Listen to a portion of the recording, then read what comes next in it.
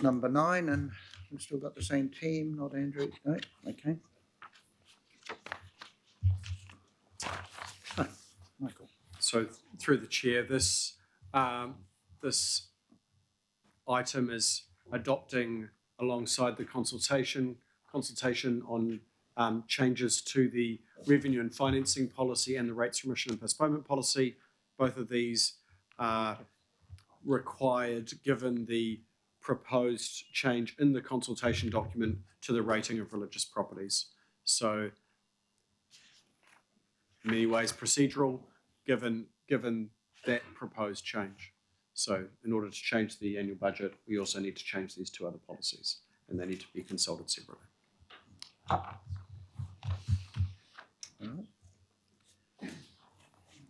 We've thrashed this one out quite a bit. I mean, Councillor Darby does make a point there that perhaps we need to think about inserting the 4 presbytery bands as a separate bullet point. That would be more all-encompassing. So, and then we can have the specific presbytery manse clergy as the 2nd bullet point. But we should have something before that. Sorry, Councillor Newman. Yeah, I think what we should do is stick to the wording in the resolutions, which is what the officers did in the first place. So thank you, Chair, for seconding the motion. I would have seconded it if you hadn't, but I think the wording is accurate, and we should wait for the feedback from the community if they have concerns and address it at that point. But the wording in the consultation document is accurate and reflects the intent for which this group of people voted when the matter was considered in November. I'm certainly not going to die in a ditch over it. Councillor Darby. So I raised this at the time of the debate, and Councillor Efeso-Collins clarified the intent, and he, in the record, will show, and I thank Councillor Collins for making the point that it went well beyond just Christian churches, and he made the point that it included all the religions that are evident in Auckland. So I think it would be consistent with the intent that everybody signed up to, even though the words were more narrow, that we reflected the Auckland that we have before us in terms of its religions and not the narrowness of Christian religions. Well, without opening it up to everyone. Does anyone else want to make any comment on that particular issue? Councillor Lee. Yeah, I think we would be wise to avoid getting into details about different religions. I think we need to adhere to the wording in the rating, the Local Government Rating Act. Otherwise, you know, there are all sorts of religions and cults and everything else. But the Rating Act is pretty clear about what is what. So be on safe grounds. We're talking about money here and rates and the law. So I think we should stick to the legislation and the wording therein. Thank you.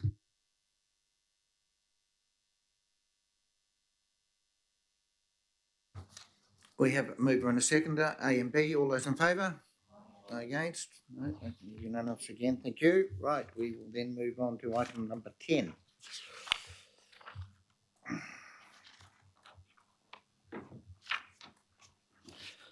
Kenneth, welcome.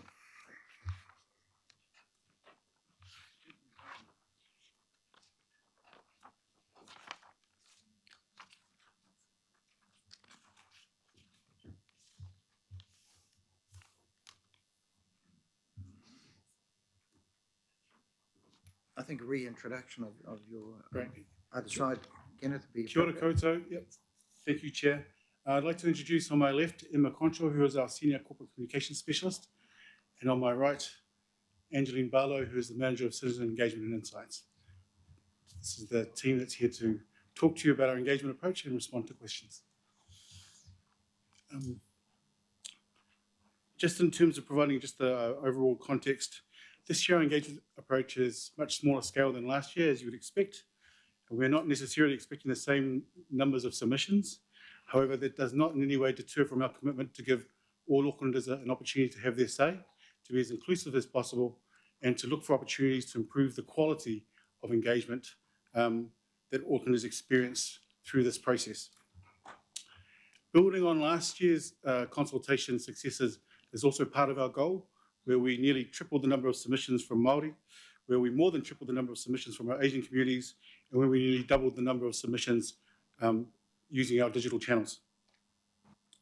We are presenting both, as you know, on the annual budget and our future water consultations together over the 4-week period.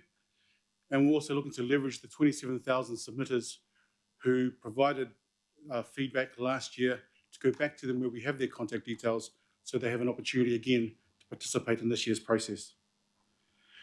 As you'll be aware, the topics this year are quite varied. Some of them are very specific to and will affect specific parts of our region. Other topics are quite general population focused, where we will obviously use our the plethora of channels that we have available to reach the different communities. And we are looking, as a result, to work closely with our community partners, as well as with a variety of different religious organisations or umbrella organisations, of which we've already identified 25, to ensure that those specific topics that are going to affect specific groups, we get significant feedback from those organisations and those stakeholders.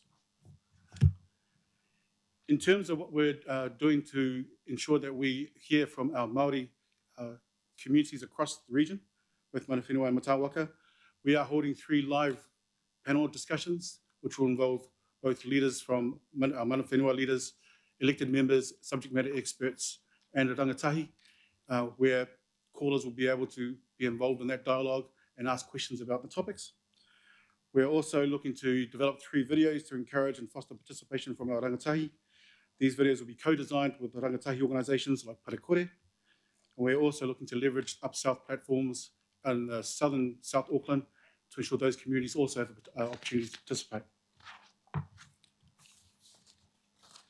And lastly, we're also having our community partners support the engagement process, which includes Hapai Te Aura, Te Ora o Manukau, and other organisations like that. If we have any questions, we're happy to answer. I did send an email out yesterday, which some of you may have had a chance to read, which talks a bit more about the Have Your Say events that were planned, which involve both formal and informal events.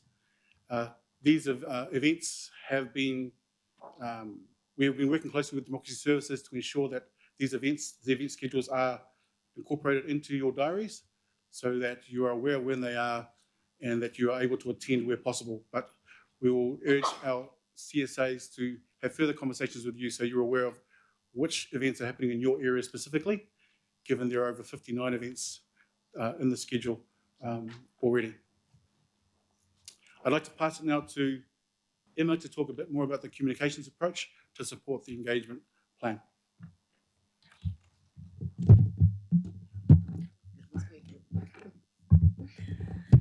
So as Ken touched on, it's a much more targeted approach this year. We're looking to approach specific ratepayers affected by the proposals in their areas.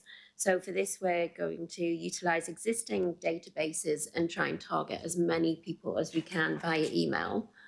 Where we do not have that information, we will be going out with letters delivered to their home addresses.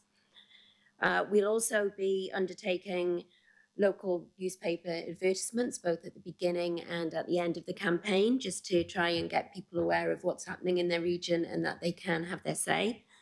And this is also going to be backed up by screens, posters, both given to the local board areas and with all council buildings across the region. There's also Facebook activity, and this will be rolled out as well across all 21 local board Facebook's accounts as well. Our Auckland, there'll be a continuous campaign online with a rollout of stories relating to some of the proposals that we're putting forward.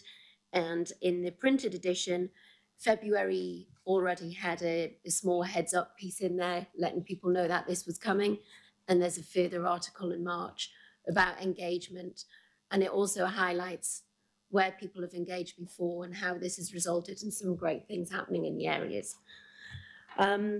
apart from that, it's we've got the media team on standby, and obviously we'll be putting out as many Instagram, Facebook posts, things like that, and we'll also be having an ongoing count of how many people that have already had their say, who've been involved in the consultation, and we'll keep encouraging people to come forward till the very last day.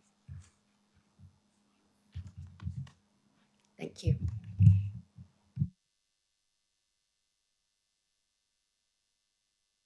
Just a couple of things to raise. One goes to the ward that myself and Councillor Watson represent. Across that ward, our local boards have chosen not to have any Have Your Say events that they're hosting.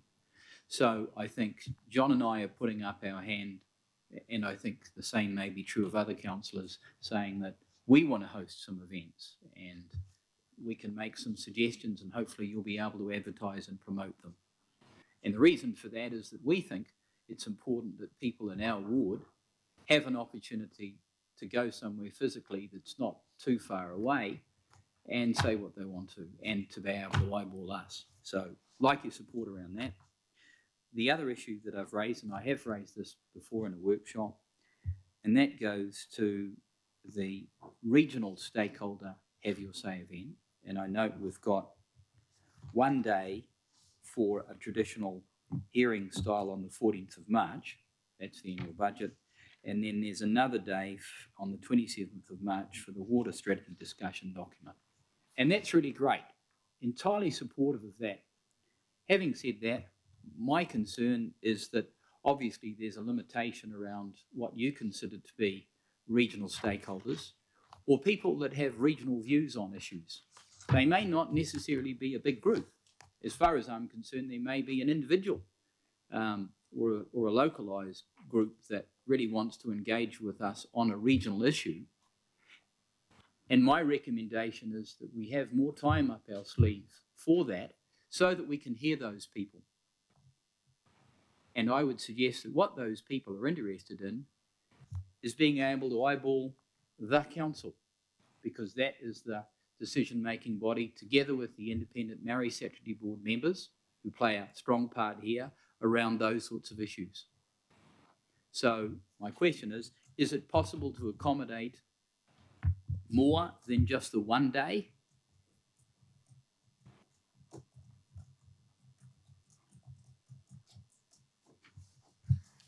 Through the chair,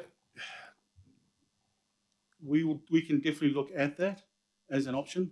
However, I would like to make aware that there are a whole range of different events that people can attend. If the issue is around, as you raised, that there are people out there that would like to, as you said, eyeball all the councillors together, that is something that we will need to look at logistically to see whether it's possible. I think, as you would have seen from 2018, the hearing style events of the over 5,000 people that attended events, we only had 97 Aucklanders attend. So whether it would be not just feasible, but whether we would get enough people to attend to justify supporting an additional event would be something we'd need to look at as well. But the evidence from last year would suggest that most Aucklanders were happy to go to the Have Your Say events that were organised across the region. And they're events associated with something happening in a local park or all sorts of things? Yes. Okay. I mean, I attended a number of those, and my view is that often those sorts of events are not really seen as often serious places to engage.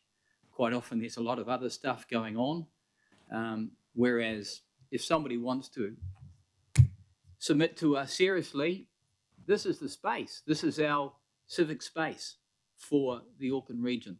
So I think it's this venue that most people look to as an opportunity for hearing. And you're welcome to survey that, but I would suggest that that is the view that people would share with you. Okay, so the only other point, thank you for that. The only other points that I would raise is if we were to explore the opportunity, it would have to happen after the consultation period, given the availability of elected members to attend, given what we've seen in your schedules. In addition, the feedback that would have to come from those one-on-one submitter and elected members' sessions would not be in time to be included in the overall analysis will have been done on submissions made during the consultation period, and therefore would be an addendum raw data report that would be available for elected members to look at. So we would not be able to do the level of analysis that we would have liked to have done from a hearings type event, additional hearings type event, that is not already scheduled into the consultation period, given the limited timeframes that is available for our data processing team to process all that data. However, if the importance is that the public feel those individuals that you mentioned have that opportunity to eyeball, then we will definitely look at that as an additional event if possible. That being the case, I've got a few suggestions. You might consider an earlier date, one. Secondly, in terms of scheduling and availability of councillors, I'm certainly really keen to make myself available, and I rate this as a higher priority Councillor Walker, than, frankly, a number if of we're other going things. to do that, so I just want to put that on the table. This is no, important. It's on the table, and it's been on the table for a while. But we would consider that probably November, December of this year for next year's annual plan. And if councillors wish to change and go back to the old style, if we get less submissions, that's fine. But that will be for the next annual plan. So, Councillor Darby. So what do we do if we have a number of people approaching us saying that they want to engage in that sort of style? And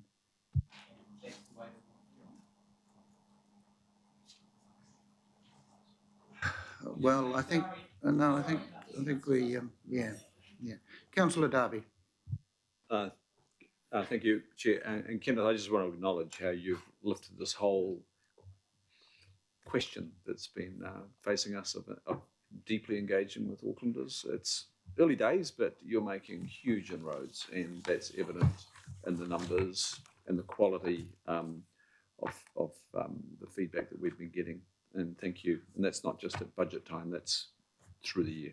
Hey, look, Councillor Walker just raises a question, and I'm aware that the two boards in my area have decided not to engage with their communities on the annual budget. That was a bit of a surprise to me, and that is one of the core functions of local boards, is to engage with their communities. Now I'm hearing possibility of other boards. Yep. And so is this systemic, and what is the reason for this? So through the chair, we understand as of yesterday that there were 4 local boards that had decided not to do formal have your say events. So a round table, a town hall style, or a hearings type event. That is not to say that they will not be doing informal type events, which, given the success of those types of events last year, they are looking to continue this year. The reasons why I've looked at the resolution information, I couldn't find why the decision was made, but it was a decision made by those local boards. I can identify who we know for now. Kaipatiki, Upper Harbour, Devonport Takapuna, Alban Eden are the ones that we know of at this point. But we do know that there are 17 local boards that are committed to having a formal style event at the very least, and possibly in addition to that, other informal events in the areas.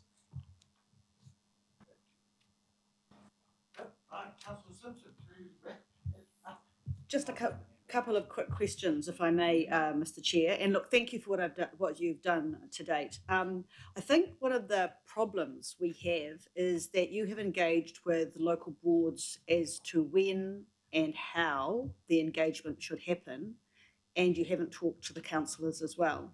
So in my case, I have 2 events in my ward, and yet I can't go to one of them because no one checked with me whether I was available.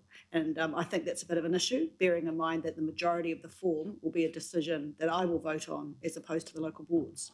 So to that end, my question to you is, in the case where the councillor is not present in a ward or board-based engagement session, can we be very clear as to what decisions, when there is that engagement format, whether it be whatever? I mean, I'd be concerned that a town hall style meeting occurs when the councillor isn't present.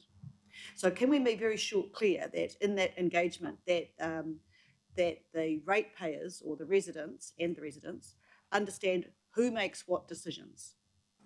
This is the local board, and this is what we're asking you about, what they're going to make decisions on. And this is what we're asking you about the decisions that the councillors will be making on. Because I still don't think that necessarily the ratepayer understand who makes the decisions, especially if you haven't got councillors in the room. That's my first question. So my question to go with that comment is, can you make sure that when staff are in the room that they clearly differentiate between that? And can you give me an assurance that next time we do this, that you would check with the councillors first to make sure that they are available in their ward areas when they have a heavy, say, local.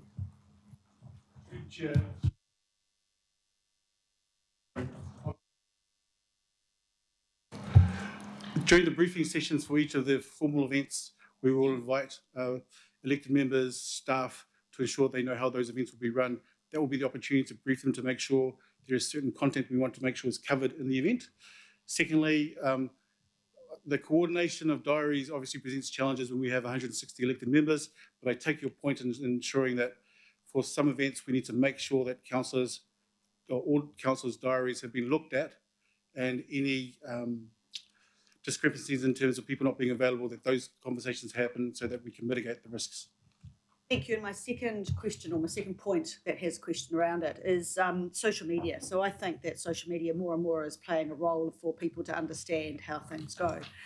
Local boards have a social media platform. Every local board has a whatever, but not every councillor has a councillor Facebook page. So, for example, I don't. Where will I link my social media, or where will I, because you're saying that feedback will only be gathered from official Facebook pages, and I get that because you can get all these random Facebook pages set up, but I want to be able to direct social media people who look at what I write on social media to make a comment on this page. What will be the page? What will be the social media platform? You should send them to. I will find out that for you. It's Because I'm not sure about. Sharon, do you know if it's official? No. So could you see that information? certainly, yeah.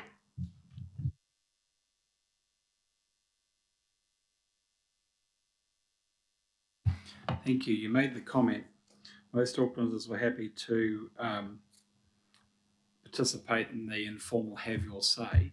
That kind of, to me, implies that they had the choice of the formal style hearing or the informal have your say. But in reality, how many Aucklanders had the choice of attending the formal style hearing? It wasn't many, wasn't it? The only ones that could were those that we deemed to be key stakeholders. Would that be an accurate summary? There were hearing style events held in some local boards. I believe there were 5, and of that there were 97 people that attended. To clarify, I'm talking about with elected councillors and the mayor at the town hall, how many Aucklanders were given the opportunity to be the key stakeholders in that forum? Correct, that was invite only from a stakeholder list that was developed, so not all Aucklanders would have had the opportunity to attend. So I would suggest that Aucklanders' comfort with going to the park with the pop-up, with the officer with the high-vis and the clipboard, is where they were directed, which is not the same as they had the choice to go to there or to come to here in a hearing style forum. And I wonder, even if not all councillors are available, that it remains a good opportunity for us to provide the choice, even if not everyone is here. And I say that as someone who participated in the meeting with property developers on the draft development contributions policy. We gave a day. Frankly, the turnout wasn't that good, but I think it was to the credit of those of us who were involved for that day that it was a good opportunity for those matters to be debated. Secondly, I don't really think this is the critical thing. Isn't the timing for you to do your analysis? The critical thing is the timing for the ratepayers, the submitters, to come and see us and talk to their submissions. And the critical thing beyond that is that those submissions need to need to be provided to us prior to that meeting. So if it is after the close of submissions, that's okay, because it provides us with the time to read those submissions for those people who are coming and presenting before us, so that we can have a robust exchange. It is the conventional approach. I don't think it is an outdated approach.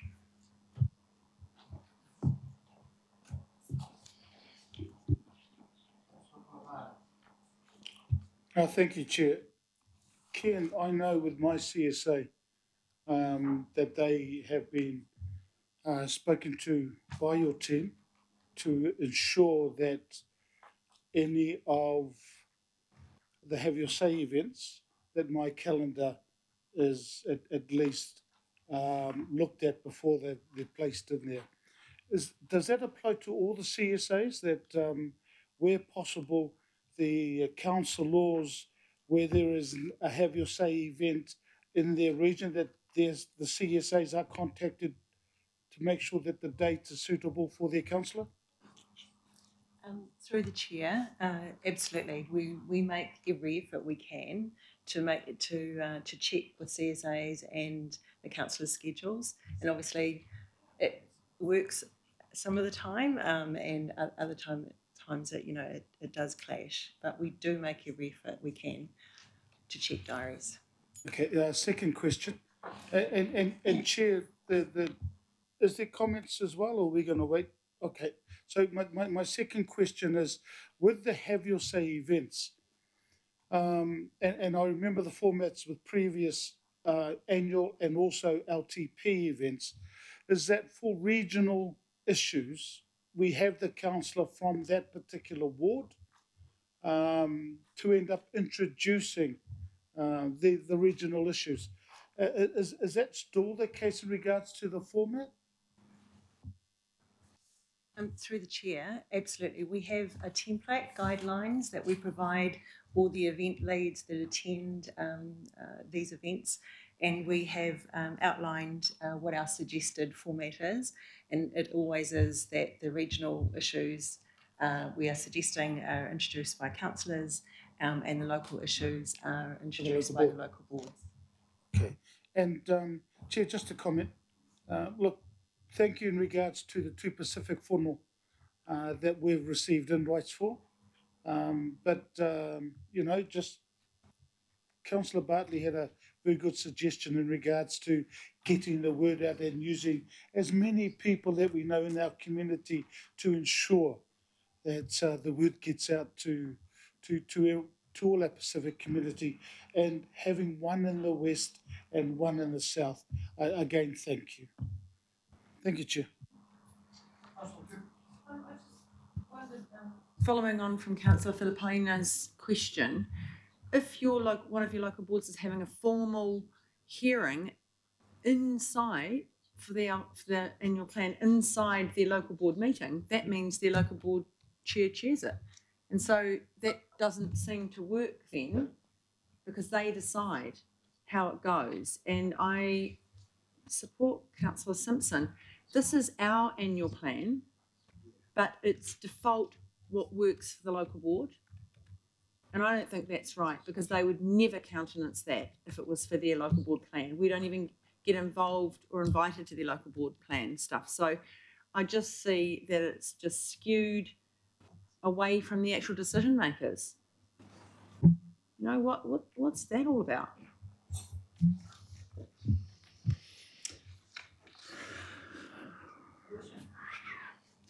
Right, Councillor Fletch.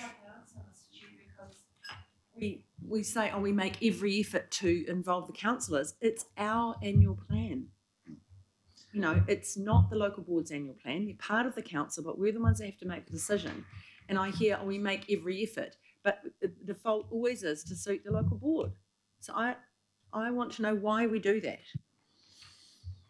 Kenneth, you're on the hot seat. I was listening to some discussion behind me. So.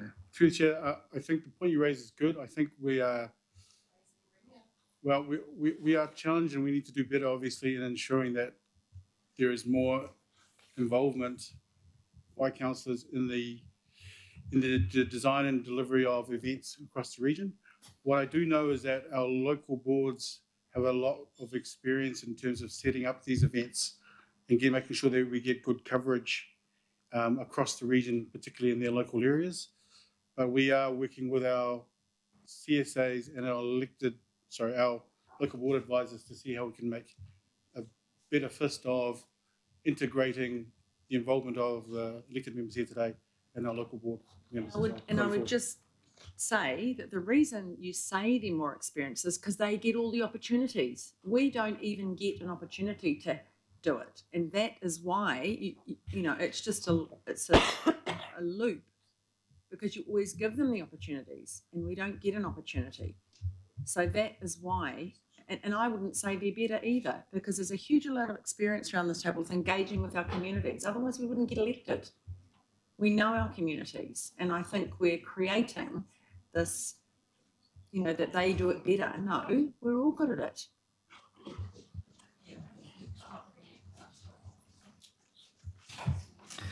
Anyway, it's a fairly consistent message coming forward, Kenneth, from councillors over the years. Councillor Fletcher. Oh, Mr. Chairman, I guess I had a question to a degree.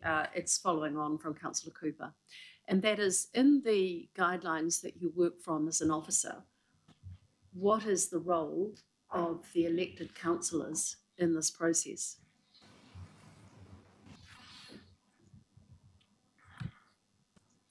Through this year, to ensure that there is opportunities for the public to engage with the elected members to help inform the decisions that will be made.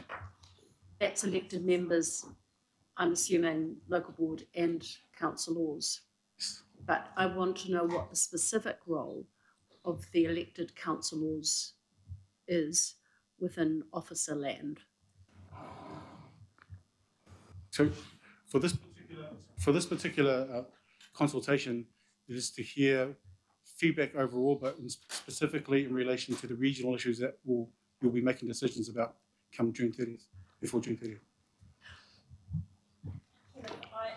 I recognise the wonderful job you're doing, and I realise that a lot of these questions are uncomfortable because you're put in a position of defending perhaps practices that have taken place.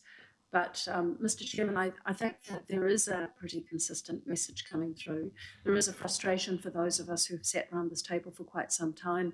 I think I speak on behalf of both Councillor Casey and I don't think we've ever been asked to introduce, not once, in the years that we have been involved in this process. I am still mystified as to what my role is when I appear at these events. And I think it's a little odd that I have that question mark in my mind now, some 8 years into the consultations that we've experienced. And I really believe that the questions being posed by Councillor Newman about giving the public the choice should also be factored in here. I'm really unhappy. I was going to put an amendment up today. I don't want to torture us with more time spent on it.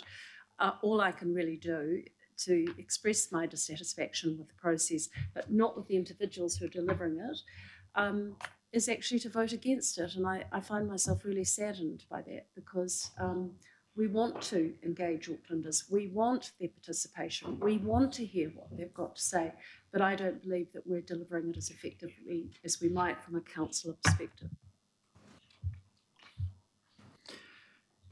Kenneth, it gets down to a very practical thing, because there are some local boards that really don't even introduce their councillors at certain events at all.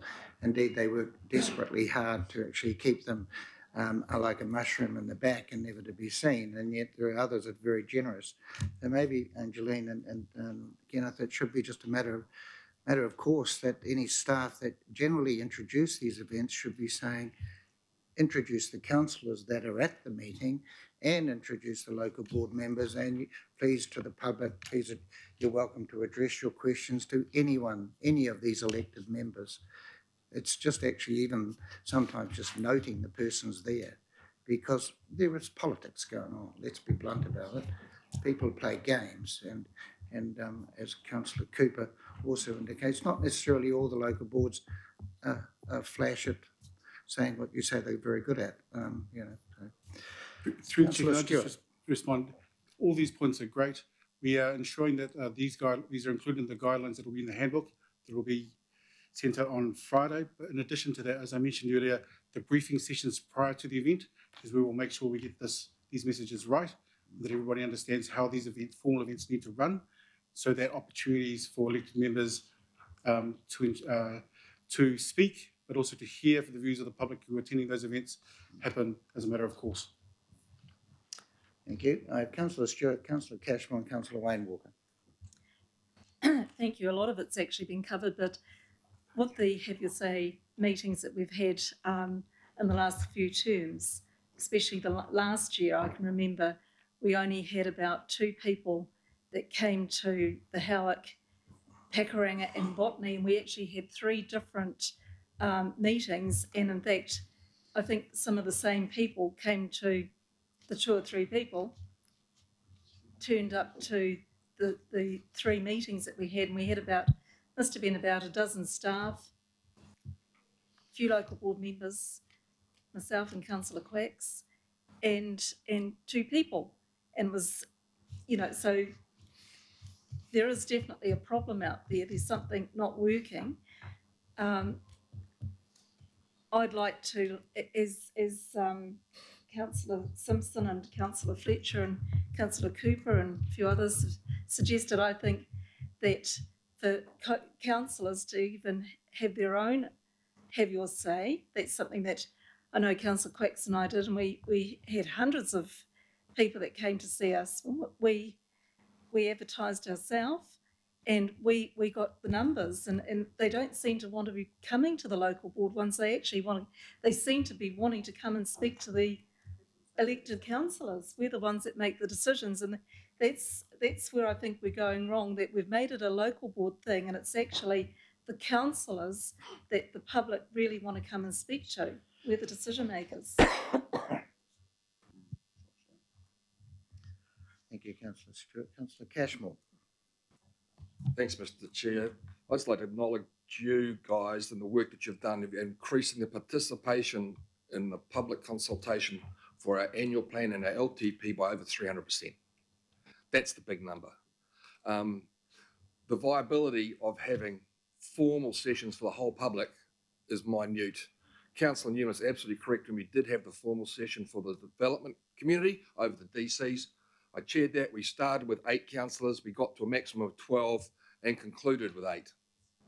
I've been around this table when there's 2 people left at 6 o'clock in the past for those old-fashioned type of formal consultations.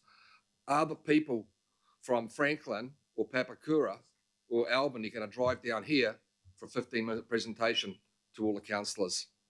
I would doubt that.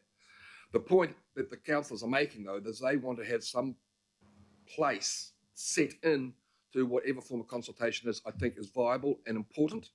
And Ken, I really urge you and your team to engage around how to achieve that. I think it is something that needs to be done. Councillor Stewart is absolutely correct. The events that are held in Howick, and I went to 2 of them, there were only 2 people show up for the 2 that I was there. But when you went to the one that was held at the sports field, there were hundreds went through that informal discussion at the tent. It was just sad that neither councillor were there. But there was great feedback. The greatest feedback we get in Franklin is at the AMP shows, where literally several hundred people file past and ask questions, drop their counter in what they think is the most important thing. That's engagement. The old-fashioned idea of sitting around a table getting 15 minutes of formal speech, you're only going to hear from those who really are concerned about that sort of old-fashioned engagement. It's not the Mr. and Mrs. Smith out there in the public arena, councillors. I went to, I think, 15 or 17 Have Your Say events with the LTP. At every table I went, I asked the same question: do you prefer this type of engagement with council or the formal round the table? I had not yet to have a person tell me they prefer the formal type. So I think the 300% increase in participation is a good start, Ken, and long may it continue. And keep pushing that social media stuff. That's working really well. Councillor Walker. Got a suggestion, Mr. Chair, and it's not for now, but could be. And it'd be really great to have a few guidelines that the officers were working off, and maybe they could have a chat with some councillors, because the blunt reality at some of these local board things is that people go along there to ask questions around matters to do with council and the annual plan, and often the local board person that could be in a lead role doesn't actually know much. I can be sitting there and I might have quite something to say that's relevant to inform them, because bear in mind this is an interchange situation, and it's just like I'm not there. And it's actually quite embarrassing. You know, I've experienced this now on many occasions. This is my 9th annual plan, and it ain't got any better. Sometimes it's downright bad. So it would be very useful for the officers to hear what we're saying around the table, to put some guidelines together, have a process where maybe councillors anyway are asked, well, how did it go? What improvements could be made here? That'd be marvellous. Through the chair, that would be great. What we can do is we can bring some of the councillors and even some of the local board members together and have a bit of a discussion about, you know, what worked well and what didn't work well and what we can do in the future to improve that equality that you're talking about. Right, well, the list is getting longer again. Councillor Filipina.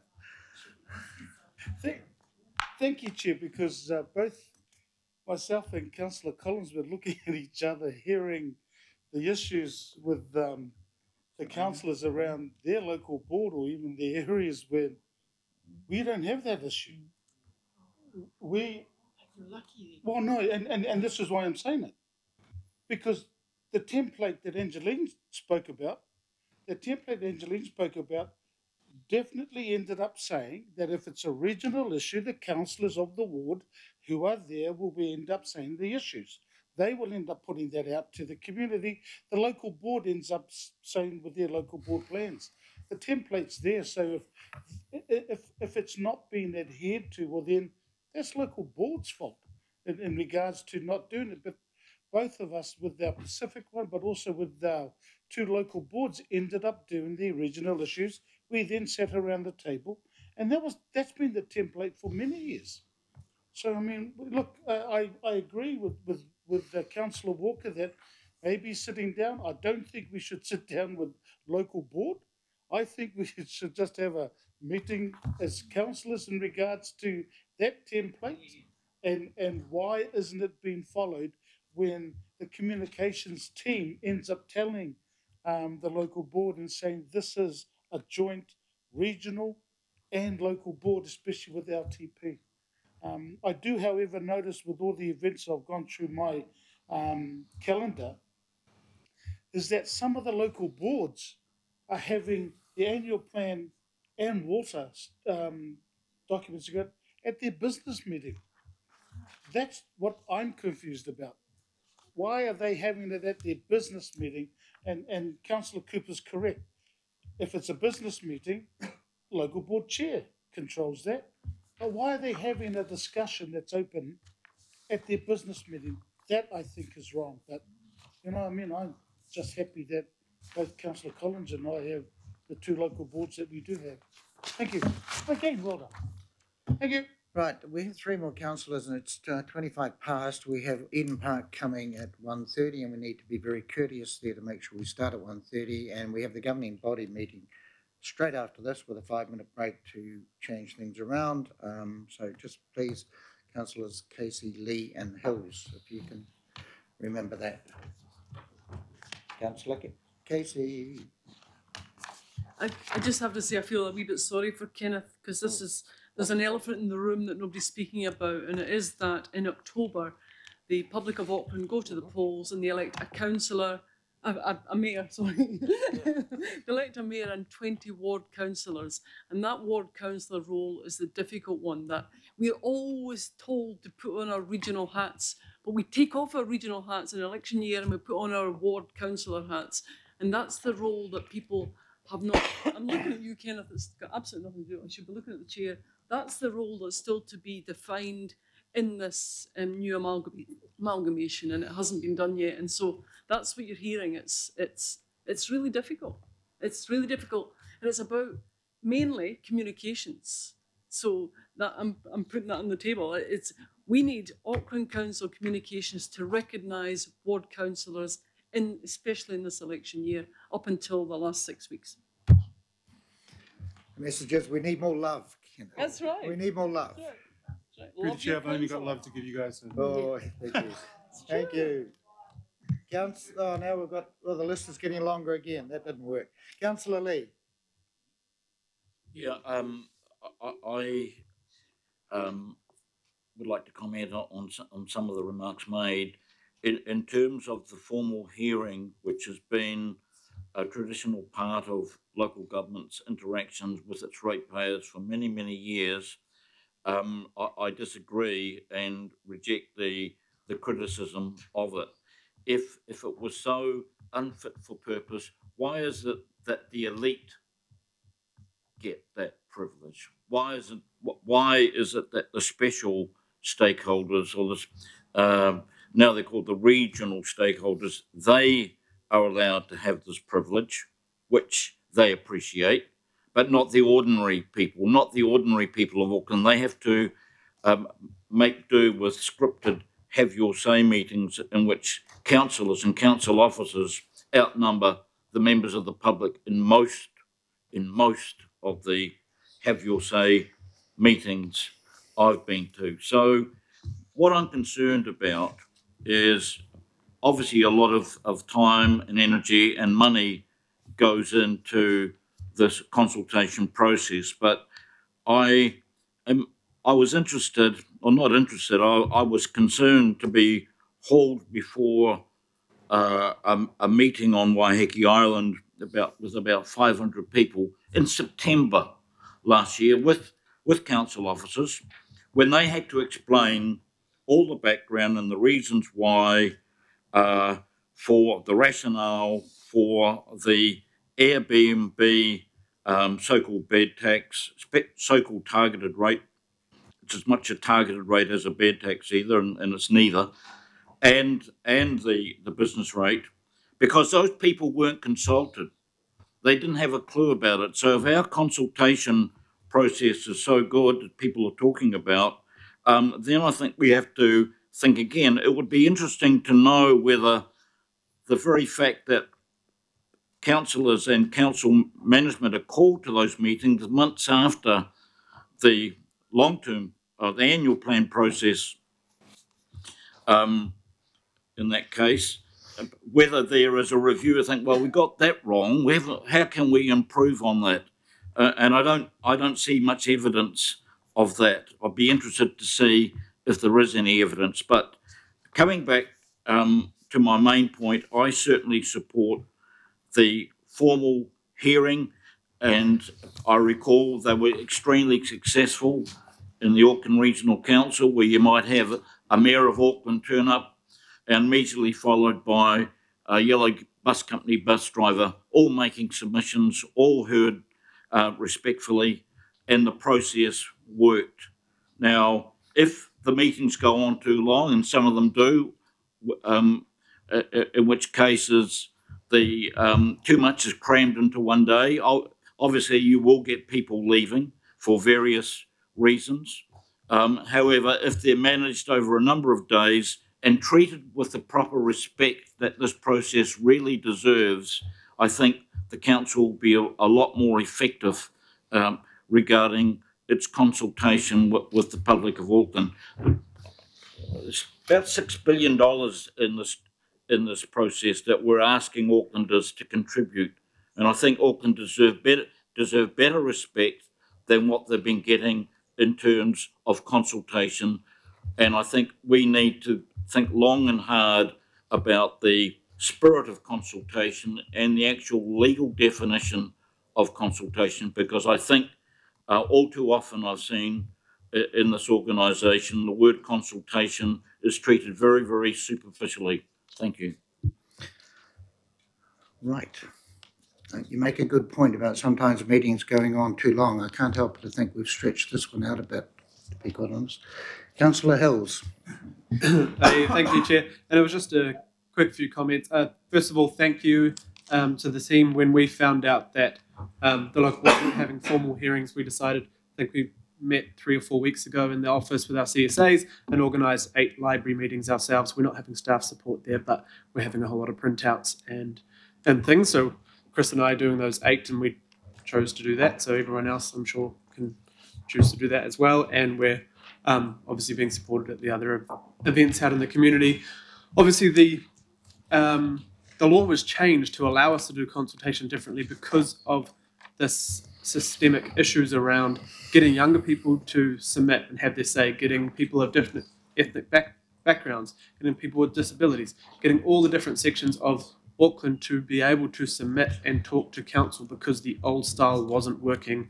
And it shows by the figures, we're getting 3 or 4 times the number of people speaking face to face with elected members and staff, but we're also getting 3 or 4 times the numbers of submissions in total because we're out in the community. My first term on the local board, we had the hearing style process for either the agreement or the local board plan, and we barely got anyone coming through. Then we decided to buy a caravan and went out into all the parks and all the events and all the main streets, and we got thousands more submissions. And then we did the same to support the councillors at the time on the unitary plan. And I think we got the most number of feedback documents, or they weren't exactly submissions at the time, but we got the most amount of feedback of any local board at the time because we're out in the community and we're able to explain things so differently. So I understand what people are saying, but I want to thank you for allowing us, and I think you're giving us a couple hundred sheets to take around our libraries and different things over the next month. I think it is working much better, and we're getting a lot more people, and it shows by the figures of the long-term plan and the Auckland plan, the demographics we are finally getting. We can do a whole lot better, but we're getting much more people. And the amount of people that say, I would never have come and sat here and talked to, because it's daunting. You feel like you're in a courtroom with all of us being the jury in it. And so I think that there is options for people. They can come in and present. Lots of people come and present to this, our committees, but I think that the way forward has been increasing engagement, and we're now legally able to use all the feedback through the different channels such as social media, which has really opened up people's ability, because the forms and processes we don't make easy for most people. So thank you. Councillor Collins, to wrap it up for today. Oh, thanks, Chair. I had a quick question, and then I won't say much because Councillor Hills has summed it up brilliantly. Well done, Councillor Hills. It was great. My question was, when you're going out with to local papers, and that I think was the comment, is it going to be to like some of the papers like that Radio Samoa and all of them are doing? Okay, so in the languages. We're targeting local press and ethnic press as well with the adverts. Great, thanks, Sue. Hey, look, I'll completely agree with what Councillor Hill said, because I think we need a suite of engagement, and I want to commend the team, because I know you've been trying really hard to do that, and we see it out south or in Manukau where we are, that you've got to use the different forms. So coming up to meetings, formal meetings, isn't always the best way for us. So I think the suite's is really useful. I just wanted to drop the comment, Sue, which is probably slightly tangential, in that I think the wider issue here, which has emerged from this discussion, is the way in which we organise ourselves as 170 people who are in governance roles. And I think we've had the long challenges of local board meetings happen at this time. That's never when a councillor can get along, or we always turn up late. We're item 12, but we get in around item 26. And you know what I mean? And there's always that, it just seems that what's the word? That tension, thank you.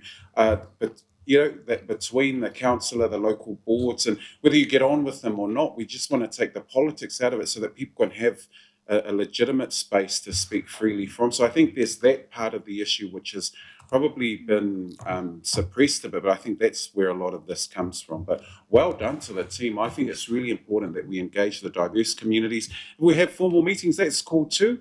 Hey, I don't know that we'll get many Pacific people at the formal meetings. They're starting to come a little bit, but I'm more than happy to sit at them as well. I've got this interesting, the notion of eyeballing has a negative connotation for me. I don't know, maybe it's just a Palangi thing, but we don't talk about eyeballing in our in our community, we talk, you sit face to face, but eyeballing's got this it's got this, it's almost gladiatorial, eh? Goodness me, I thought we're a welcoming bunch. You want to hear from our people. Thank you. Thank you. Just remember, councillors, come the end of this year, if you also want to engage and spend 250, 350, 400,000 per annual plan for a proper scientific survey, that is still by far the most accurate method of actually getting through to the groups that we don't hear from. That is always an option. We could do that every year if you think you can justify that amount of money. We do it every 3 years, but if we want to do it more accurately. So I've got the motions up there, A, B and C. All those in favour? Aye. Against?